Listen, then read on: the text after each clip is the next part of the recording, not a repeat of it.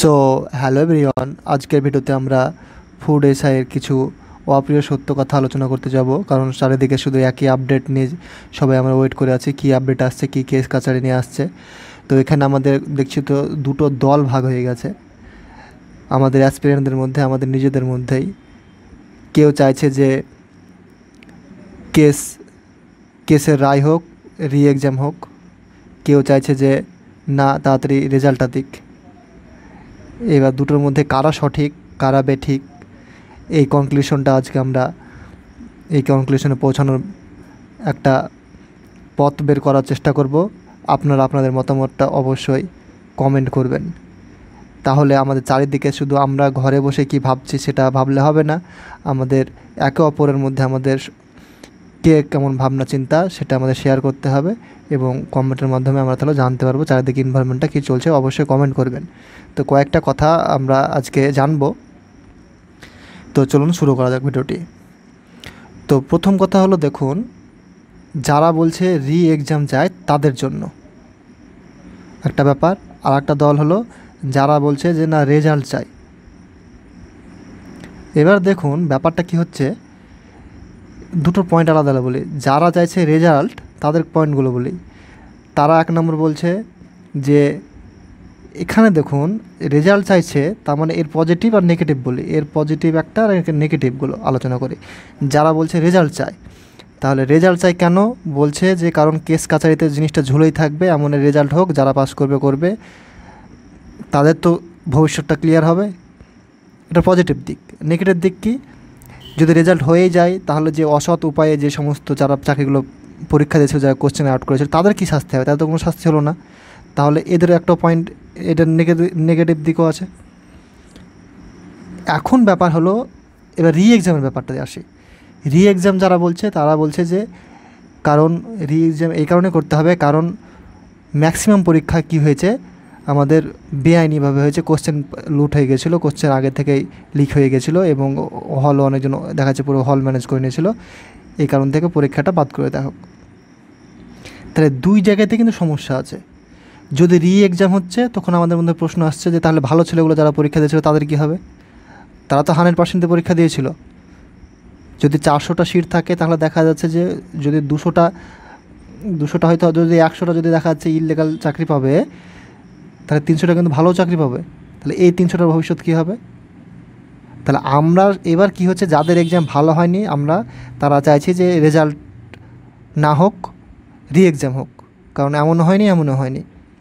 আর যারা যারা ভালো রেজাল্ট হয়েছে তারা আবার তারা চাইছে যে না, রেজাল্ট হোক। কেন? কারণ আমরা পাস করে যেতে পারি, পরের বার আবার রেজাল্ট হলে পাস না করতে পারি। এবার এদের মধ্যে যারা কিন্তু দেখুন, যাদের ভালো রেজাল্ট হবে বা যারা ভাবছে পাস করবো আশা আছে, তাদের মধ্যে যারা সঠিকভাবে পরীক্ষা দিচ্ছে তারা কিন্তু তাদের জায়গায় ঠিক।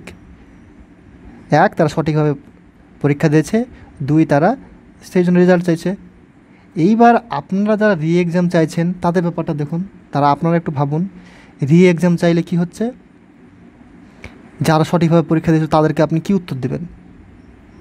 তাদের তো এখন প্রিপারেশন আর নেই, তাদেরকে আপনি কী উত্তর দেবেন? সেই উত্তর তো আপনি দিতে পারছেন না।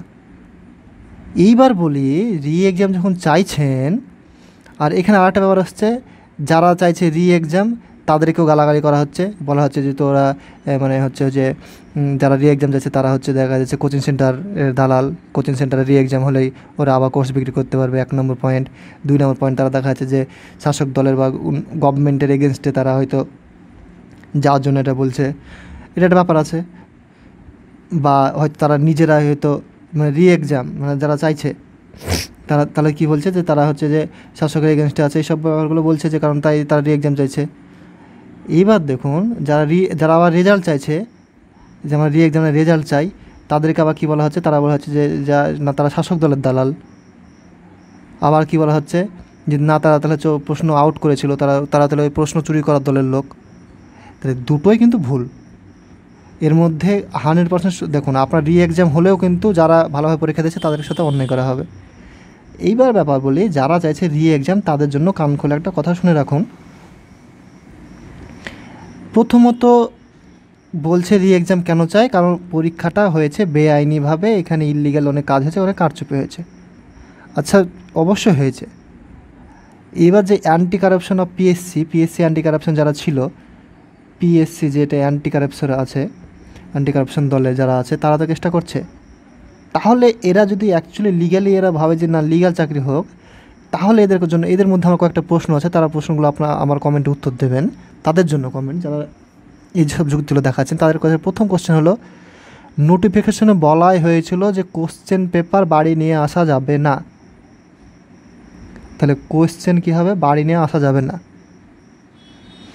2 নম্বর পয়েন্ট হলো যে আমাদের 6টা শিফটে পরীক্ষা হবে।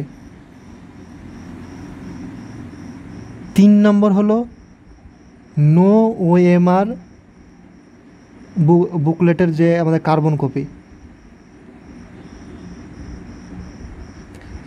তাহলে এখানে আমি আপনাদের কাছে প্রশ্ন যেটা হলো, যখন বললো যে কোশ্চেন পেপার বাড়ি নিয়ে আসা যাবে না, তখন আপনারা কী করছিলেন? যখন একটা পরীক্ষার কোশ্চেন পেপার আনতে দিচ্ছে না, তার মানে তো এখানে 100% একটা ইলিগাল ঘাপলা কিছু একটা লুকিয়ে আছে, কারাপশন লুকানোর, কোনো কারাপশন করাটা খুব সহজ হয়ে গেল। তখন কেন আপনারা কেস করলেন না? তখন কেন আপনারা আন্দোলন করলেন না? না, আমরা এটা পরীক্ষা দেবই না, আগে নোটিফিকেশন চেঞ্জ করা হোক, কোশ্চেন পেপার অবশ্যই বাড়ি আনতে দিতে হবে। তখন তো আপনারা চুপ ছিলেন। দ্বিতীয়ত, যখন বলা 6টা শিফটে পরীক্ষা দেওয়া হবে, তখন আপনারা কী করছিলেন? তখন কেন আপনারা বললেন না যে 6টা শিফটে পরীক্ষা দেবে, কোশ্চেন তো কম বেশি হবেই, তাহলে নর্মালাইজেশন করা হোক? আপনারা তো একবারও বললেন না। আর কোশ্চেন তো আঁকা অনেক পার্থক্য, ফার্স্ট শিফট, সেকেন্ড শিফট, 6টা শিফটে 6টা রকম পরীক্ষা হয়েছে। তাহলে আপনারা তখন কেন বলেন না যে 6টা শিফটে পরীক্ষা হচ্ছে, কেন আপনারা এক্সাম করছেন না? নর্মালাইজেশন ব্যাপারটা আনতে হবে, তবে 6টা শিফট করা হবে, নাহলে একটা শিফটে পরীক্ষা দিতে হবে। তখনও বললেন না। তাহলে প্রথমবারও ফেল, দ্বিতীয়বার আপনারা ফেল। আচ্ছা, নো ওএমআরের বুকলেট দেওয়া হবে না, তখন কেন আপনারা কেস করলেন না? তখন কেন আপনারা কোশ্চেন করলেন না যে কেন ওএমআরের কার্বন কপি দেওয়া হবে না? আপনারা সব কিছু চুপচাপ, কোচিং সেন্টারগুলো কী করলো, চুপচাপ পরীক্ষা হলেই হলো, পরীক্ষা দিয়ে নিল, না হলে আবার কেস করবো, আবার পরীক্ষা দেওয়াবো, আবার কোর্স বিক্রি করবো।